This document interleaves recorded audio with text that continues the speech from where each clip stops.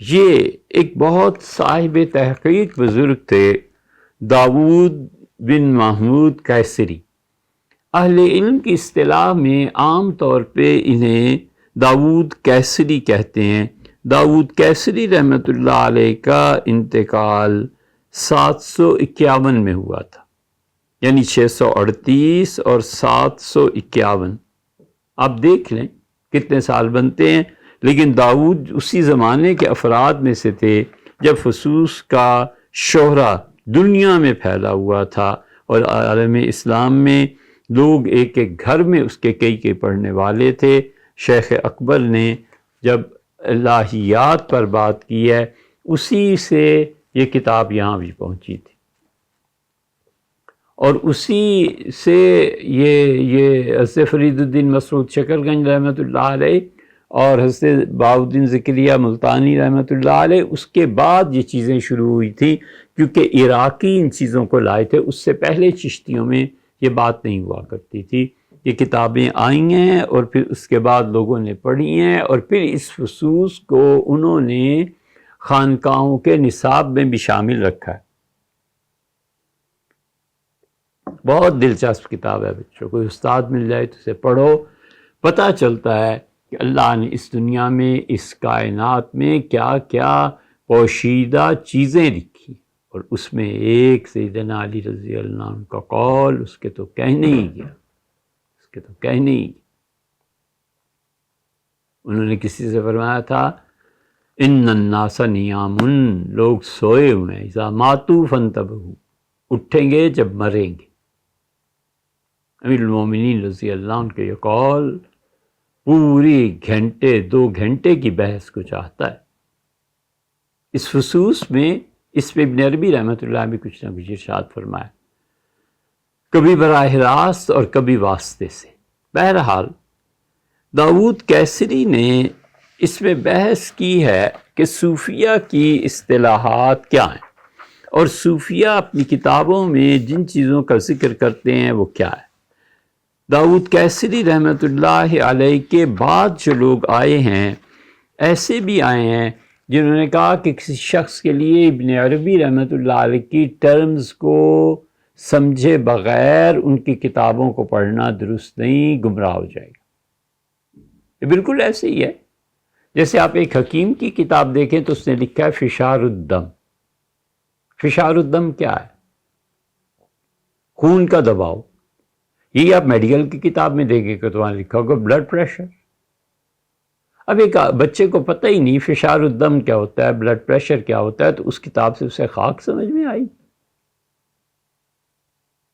تو صوفیہ کہتے ہیں کہ اس کو پڑھو مقدمے کو۔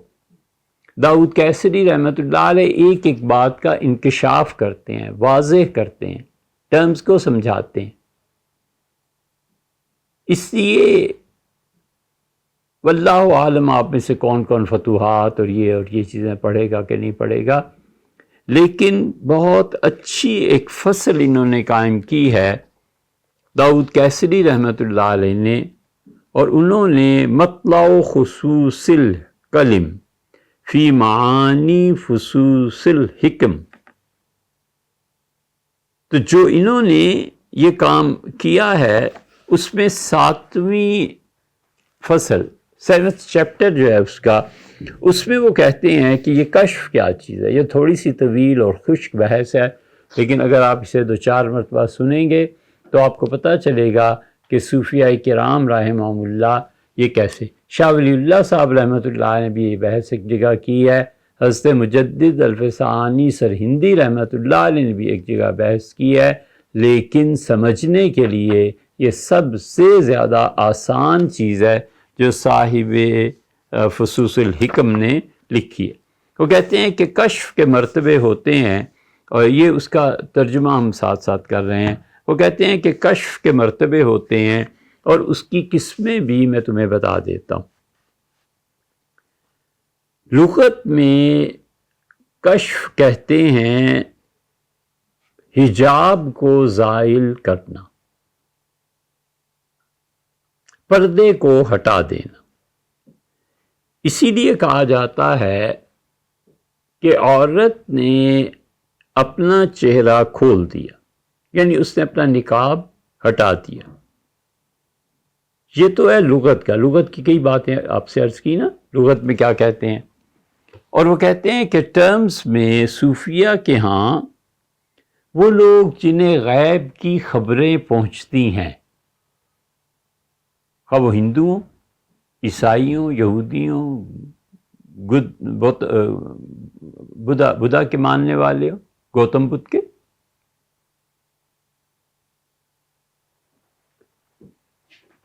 مسلمان کوئی ہو، جن کو غیب کی خبریں ملتی ہیں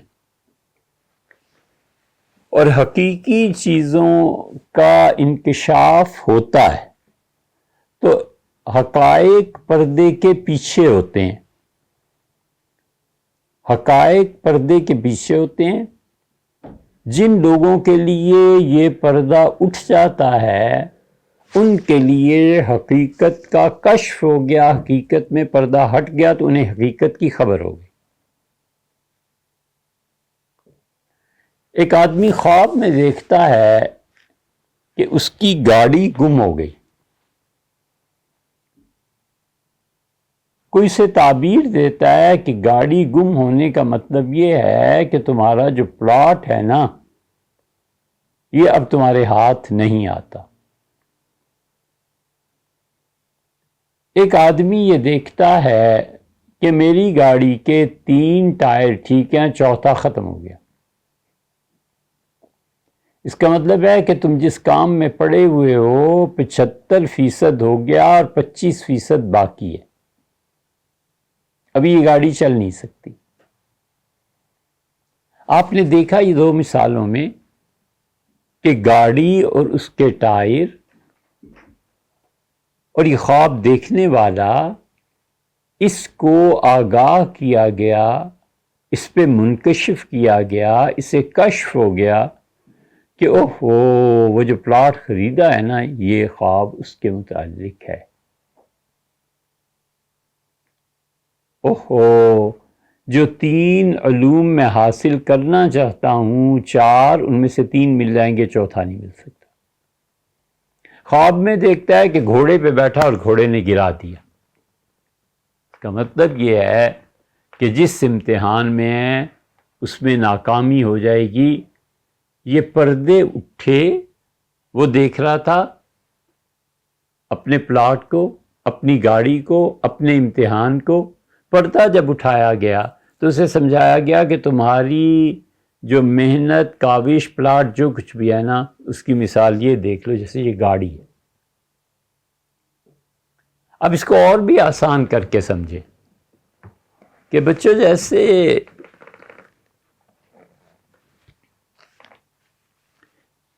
کمپیوٹر کی اپنی ایک لینگویج ہے، اب جس کو کمپیوٹر کی لینگویج نہیں آتی وہ دیکھے گا تو کیا دیکھے گا؟ وہ تو پھر اسے کوئی سمجھائے گا کہ کمپیوٹر کی لینگویج میں مشین کے لیے ایسا سائن استعمال ہوتا ہے، ٹیلی ویژن کے لیے یہ لکھا جاتا ہے، ٹیبل کے لیے یہ ٹائپ کیا جاتا ہے۔ اب جو اس زبان کو جانتا ہے وہ سمجھ جائے گا کہ درمیان سے جہالت کا پردہ اٹھا اور وہ پہنچ گیا کہ اس سے مراد یہ ہے۔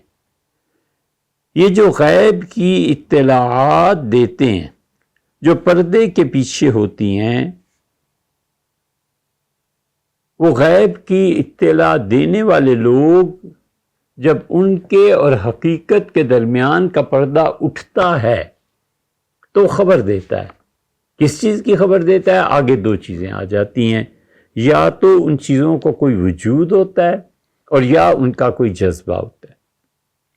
داؤد کیسری رحمۃ اللہ علیہ کہتے ہیں کہ کبھی تو وہ کوئی سالڈ چیز ہوتی ہے اور کبھی کوئی جذبہ، کوئی ایسی چیز جیسے محبت ہے، پیاس ہے، دکھ ہے، تکلیف ہے، خوشی ہے، جو پرسانیفائڈ نہیں کیے جاتے لیکن عالم مثال میں ان کی کوئی نہ کوئی صورت موجود ہے۔ تو غیب کی اطلاع دینے والے ہندو، کافر، سکھ، عیسائی، مسلمان، انبیاء علیہ السلام، اولیاء کرام، پادری رحمہم اللہ، پادری یہ وہ سارے جو کچھ وہ غیب کے علم سے، غیب کی خبر سے، علم نہیں خبر سے بتاتے ہیں، یہ ہوتا ہے کشف۔ پھر فرماتے ہیں کہ یہ کشف یا تو مشاہدے میں ہوتا ہے، اور صاحب کشف کوئی ولی ہے یا کوئی ہندو جوگی ہے یا کچھ بھی ہے، اس کے لیے ارواح مجسم ہو جاتی ہیں، روحیں آ جاتی ہیں۔ اولیاء اللہ کے لیے روحیں آ جاتی ہیں۔ دیوبند میں ایک جھگڑا ہو گیا تھا، تو شرف الدین صاحب رحمۃ اللہ علیہ نے حضرت شیخ الہند رحمۃ اللہ سے کہا کہ مولوی صاحب، حضرت مولانا قاسم نانوتوی رحمۃ اللہ علیہ کی انہیں بلایا اور کہا میرا بستر ذرا دیکھو، فجر پڑھا کے آ کے لیٹے تھے، بستر پانی پانی پسینے سے ہوا۔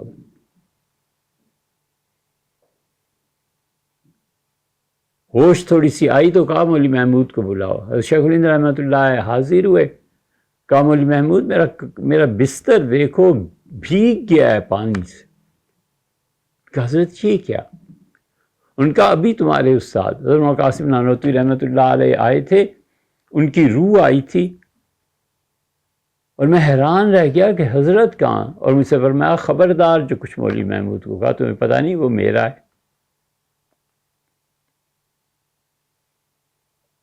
یہ تو ایک حوالہ دے رہا ہوں، کہو تو 100 حوالے لکھتے ہیں، یہ سب جھوٹ ہی بولتے تھے، انہیں کچھ نہیں پتہ چلتا تھا۔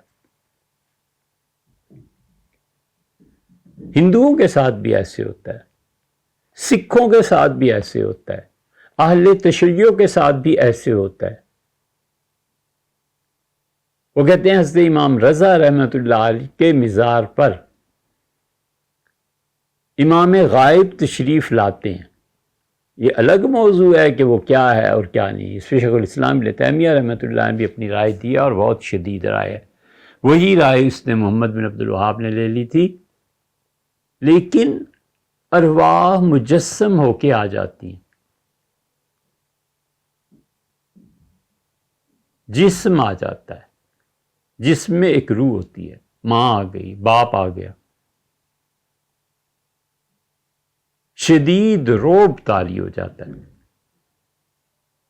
داؤد رحمۃ اللہ علیہ کہتے ہیں کہ کبھی تو ارواح ہو جاتی ہیں، روحانی صورتیں ظاہر ہوتی ہیں، یا کبھی ایسے ہوتا ہے کہ کشف میں سماع کا طریقہ ہو جاتا ہے کہ بظاہر کچھ بھی نہ نظر آئے لیکن کسی نہ کسی کی آواز آتی ہے، یہ ہاتف غائبی ہے۔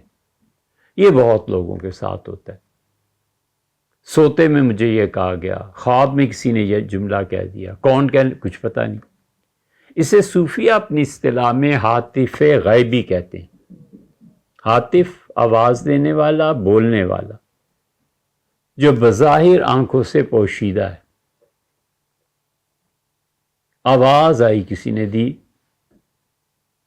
کہ ماں مرنے والی ہے، کچھ کرو،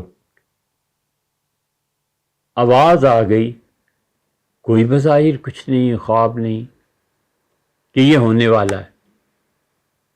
یہ عالم کشف میں وہ کہتے ہیں کہ صورتیں پیش آتی ہیں، اور یہی وہ چیز ہے کہ حضور اقدس صلی اللہ علیہ وسلم سے جبریل امین کی کبھی ملاقات ایسی بھی ہوتی تھی کہ فرشتہ آ کے کوئی بات کہہ دیتا تھا، جبریل امین بات کہہ دیتے تھے بغیر نظر آئے۔